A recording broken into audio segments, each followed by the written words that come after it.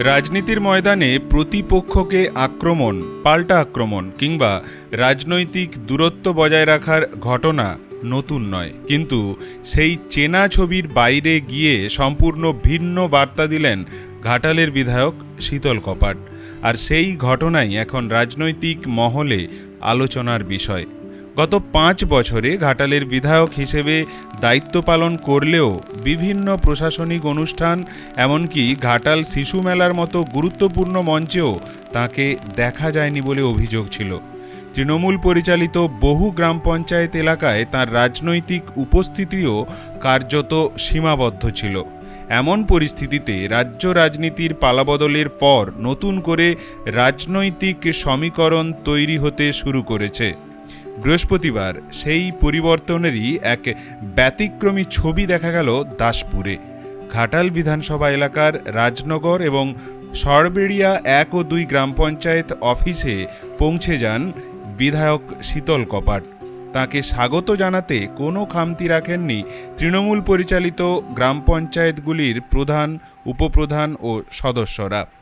রাজনৈতিক মত পার্থক্য থাকলেও প্রশাসনিক সৌজন্যের এই ছবি অনেকের কাছেই ছিল চমকপ্রদ। তবে আরও বেশি চমকে দিয়েছেন বিধায়ক নিজেই। পঞ্চায়েত প্রতিনিধিদের উদ্দেশ্যে তিনি স্পষ্ট ভাষায় বলেন, গ্রাম পঞ্চায়েতের কাজে কোনো রকম গাফিলতি বরদাস্ত করা হবে না। সচিব ও অন্যান্য দায়িত্বপ্রাপ্ত আধিকারিকদের নিয়মিত অফিসে উপস্থিত থেকে মানুষের কাজ করতে হবে। এলাকার মানুষকে অন্ধকারে রেখে কোনো সিদ্ধান্ত নেওয়া চলবে না। সরকারি সুযোগ সুবিধা দেওয়ার ক্ষেত্রে রাজনৈতিক পরিচয় নয়, গুরুত্ব পাবে প্রকৃত প্রয়োজন। সবচেয়ে তাৎপর্যপূর্ণ ছিল তার একটি মন্তব্য, আমি শুধু বিজেপির বিধায়ক নই, সিপিএম, তৃণমূল সহ সমস্ত দলের মানুষের বিধায়ক আমি। সকলের ভালো মন্দ দেখার দায়িত্ব আমার। বর্তমান রাজনৈতিক আবহে এমন মন্তব্য নিঃসন্দেহে ব্যতিক্রমী। বিধায়কের এই অবস্থানকে স্বাগত জানিয়েছেন রাজনগর গ্রাম পঞ্চায়েতের উপপ্রধান তথা তৃণমূল নেতা চিন্ময় চক্রবর্তীও। রাজনৈতিক বিভাজনের ঊর্ধ্বে উঠে উন্নয়ন ও জনস্বার্থকে অগ্রাধিকার দেওয়ার বার্তায় তিনি সন্তোষ প্রকাশ করেছেন। দীর্ঘদিন ধরে রাজনৈতিক সংঘাত ও পারস্পরিক অবিশ্বাসের যে ছবি বাংলার গ্রামাঞ্চলে দেখা গিয়েছে, তার মাঝে দাসপুরের এই দৃশ্য যেন অন্য এক সম্ভাবনার ইঙ্গিত দিল। রাজনৈতিক মতাদর্শ ভিন্ন হতে পারে, কিন্তু প্রশাসন ও উন্নয়নের প্রশ্নে সহযোগিতার সংস্কৃতি যদি গড়ে ওঠে, তবে লাভবান হবেন সাধারণ মানুষই। দাসপুরের এই ঘটনা এখন শুধু ঘাটাল বিধানসভা কেন্দ্রের মধ্যেই সীমাবদ্ধ নেই। রাজনৈতিক সৌজন্য, গণতান্ত্রিক সহাবস্থান এবং সর্বদলীয় জনসেবার বার্তা হিসেবে এটি রাজ্যের রাজনৈতিক মানচিত্রে একটি নতুন মাত্রা যোগ করতে পারে বলেই মনে করছেন অনেকেই। দরকার নেই, জাস্ট আমরা এটা আলোচনা করছি, কাউকে ছোট করে নয়, কাউকে বড় করে নয়, বাস্তবটাই আমরা আলোচনা করি, যাতে আমাদের সবাই মিলিত হয়ে একসঙ্গে কাজ করতে হয় সেই বিষয়ে বলি। যে আমরা চাই, আমাদের সরকার চাই যে যেখানে আছে তাকে যোগ্য সম্মান দিয়ে নতুন সরকারের যে উন্নয়ন, সেই উন্নয়নে আমরা সামিল হব। সেখানে যে প্রধান আছে, প্রধানের চেয়ারকে অবশ্যই আমরা সম্মান দেবো। যেখানে পঞ্চায়েত আছে, সেই চেয়ারকে অবশ্যই সেই পঞ্চায়েতকে মান্যতা দিয়েই কাজ করা হবে। কিন্তু একটা জিনিস যেটা বাংলার মানুষ, ঘাটালের মানুষ দেখতে চাইছে, বুঝতে চাইছে, বা আগামী দিন বুঝবেও, এটা দেখতেও চাইবে যে সরকার তো পরিবর্তন হলো, সরকার আমাদের জন্য কী কাজ করলো। বিগত দিনের সরকার বললে আমরা এই করেছি সেই করেছি, তারা তাদেরটাকে হাইলাইট করেছে। তাহলে আমাদের সরকারও এক গাদা প্রকল্প রয়েছে, একটার পর একটা আমাদের ঘোষিত হচ্ছে। এই কদিন আমাদের নবনির্বাচিত মুখ্যমন্ত্রী সম্মানীয় শুভেন্দু অধিকারী মহাশয় শপথ নিয়েছেন এবং তিনি নবান্নে বসেছেন, একটা প্রশাসনিক বৈঠকও করেছেন। একটার পর একটা কর্মসূচি, এই প্রকল্প তিনি ঘোষণা করেছেন, চলছে। কিন্তু আরও যে সমস্ত প্রকল্প আছে হয়তো আমরা 1-2 মাসের মধ্যে পাবো।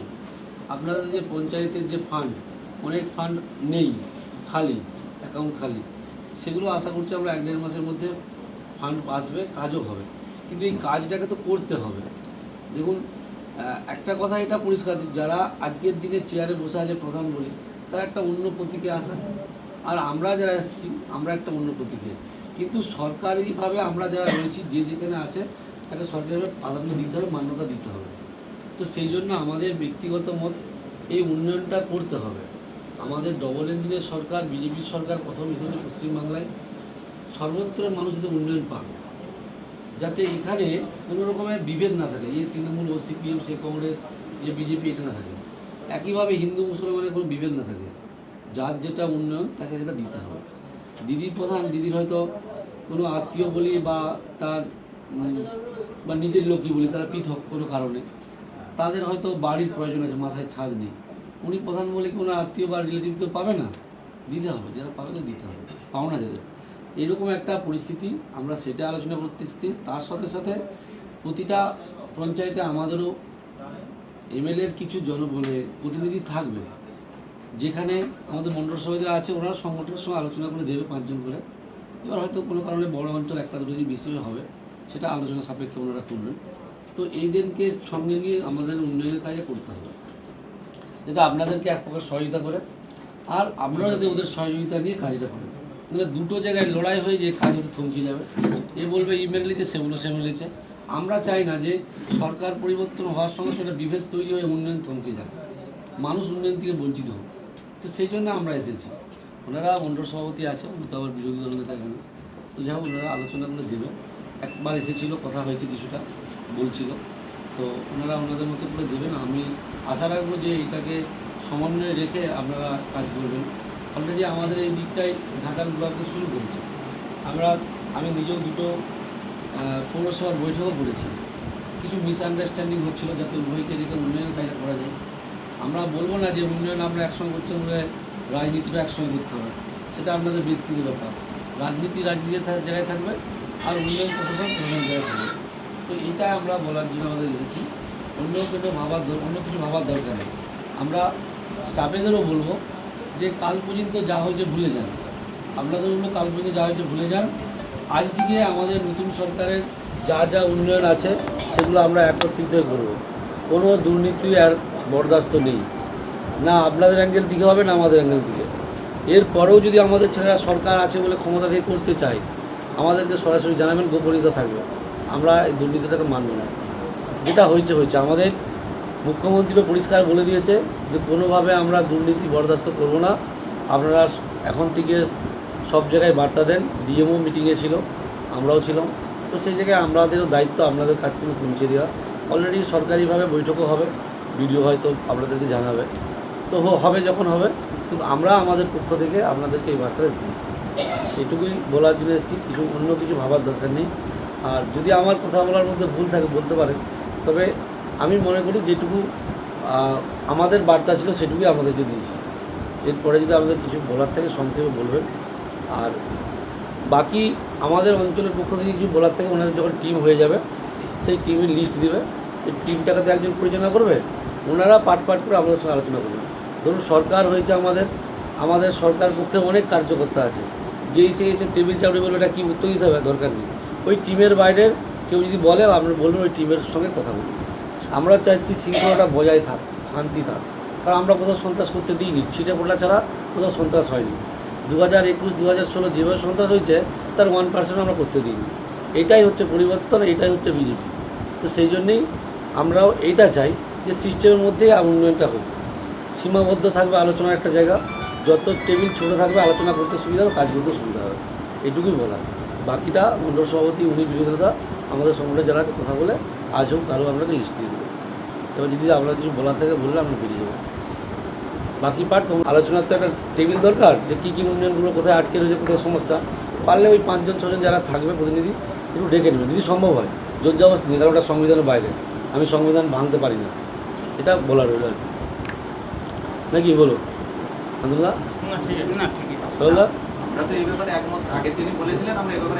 তো এই জন্যই বলছি, কেন ধরুন সরকার হয়ে যেমন অনেক বুদ্ধি দেয়, আমি মার খেয়েছি, আমার উন্নয়ন হয়নি, কেন প্রধান করবে নি, কাররা কার উপরে ছাড়বে, অফিসারটা কেউ চাল হবে, কেউ আসবে, এটা আমাদের খারাপ। সরকার আমাদের দায়বদ্ধ, আমরা বেশি, আপনারাও দায়বদ্ধ আছেন, কিন্তু ম্যাক্সিমামটা তো মানুষ আমাদেরকে বলবে। তো সেই জন্য যখন টিমটা হয়ে যাবে, এই টিমের সঙ্গে আলোচনা করতে সুবিধা হবে। বাকি এই টিমটা বাকি নিজেদের কর্মীদের কন্ট্রোল করতে করে আর দায়িত্ব দেবে, ওরা দায়িত্ব নেবে। তবে ওনাদের উচিত হবে যখন ওরা অঞ্চলে আসবে, গোটা অঞ্চলে কোথায় কী সমস্যাটা আলোচনা করে লিখিত আকারে নিয়ে এসে বুঝবে, তাহলে সুবিধা হবে, শান্তিভাবে অঞ্চলটা চলবে।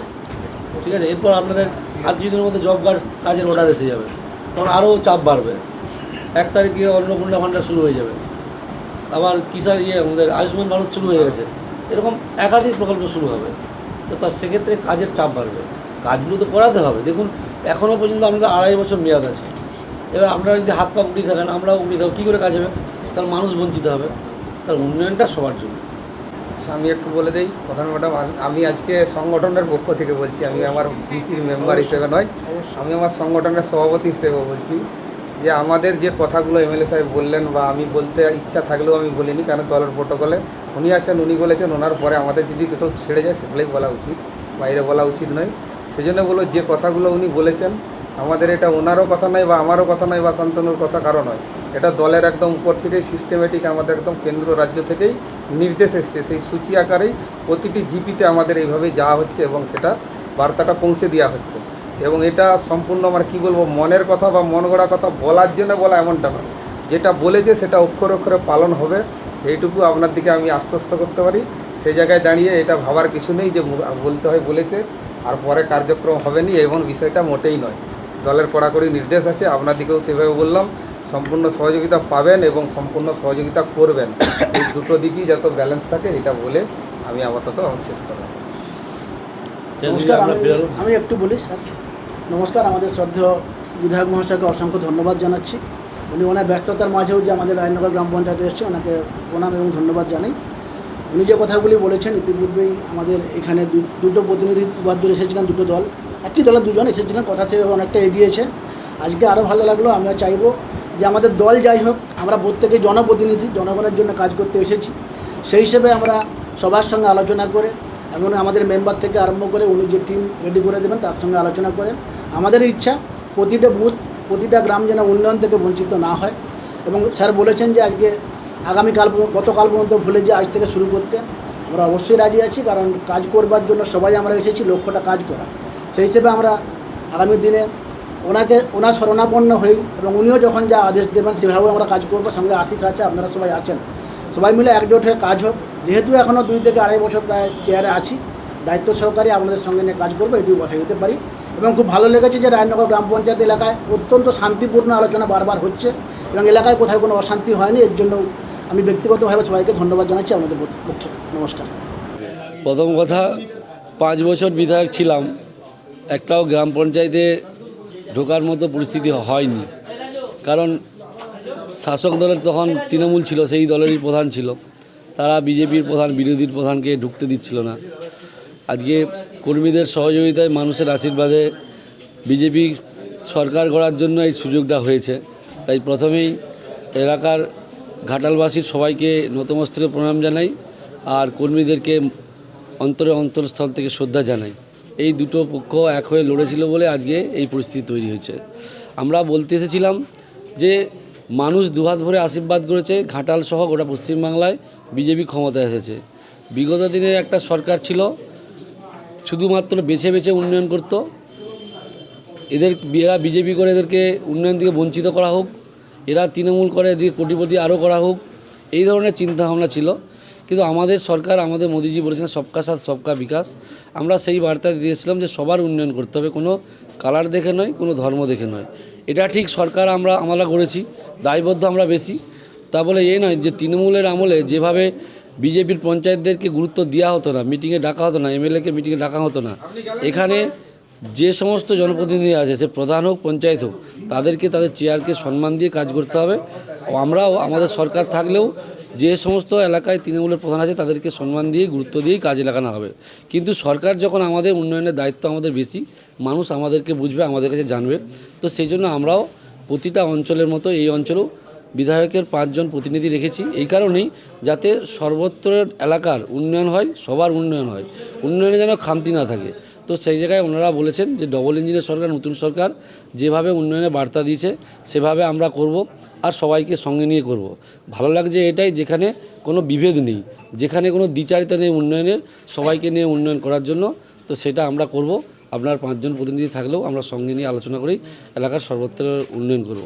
তার সাথে আমরা বলেছি যে ভারতীয় জনতা পার্টি ক্ষমতায় আসার সঙ্গে সঙ্গে ছিটে পোতাও সন্ত্রাস হয়নি।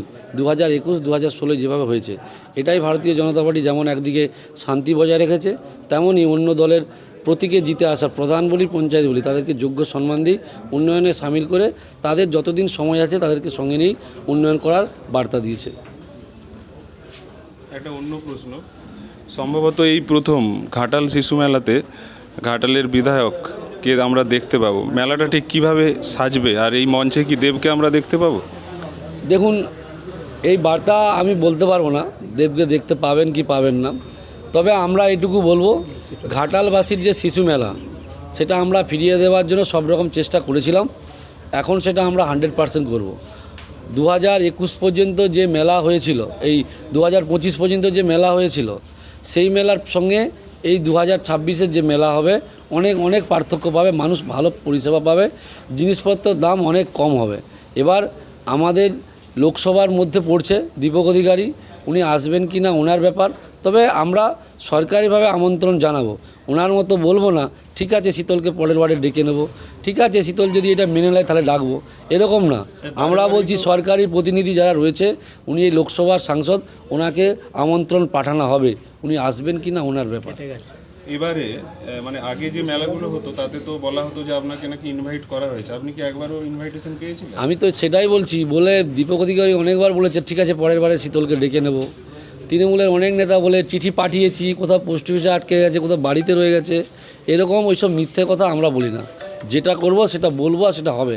আর আমাদের কথা বলার মধ্যে কোনো দ্বিচারিতা থাকবে না। তৃণমূল আর বিজেপির মধ্যে পার্থক্য 2026-এর নির্বাচনেই পরিষ্কার হয়ে গেছে। দেখুন বিজেপি ক্ষমতায় এসেছে, তৃণমূল তারপরে দুজনকে বিজেপির লোককে খুন করেছে। সবথেকে উল্লেখযোগ্য আমাদের বর্তমানে যিনি মুখ্যমন্ত্রী, ওনার পিএ পার্সোনাল অ্যাসিস্ট্যান্টকে খুন করেছে। তৃণমূল ক্ষমতায় নেই, আমরা কিন্তু একটাও খুন করিনি।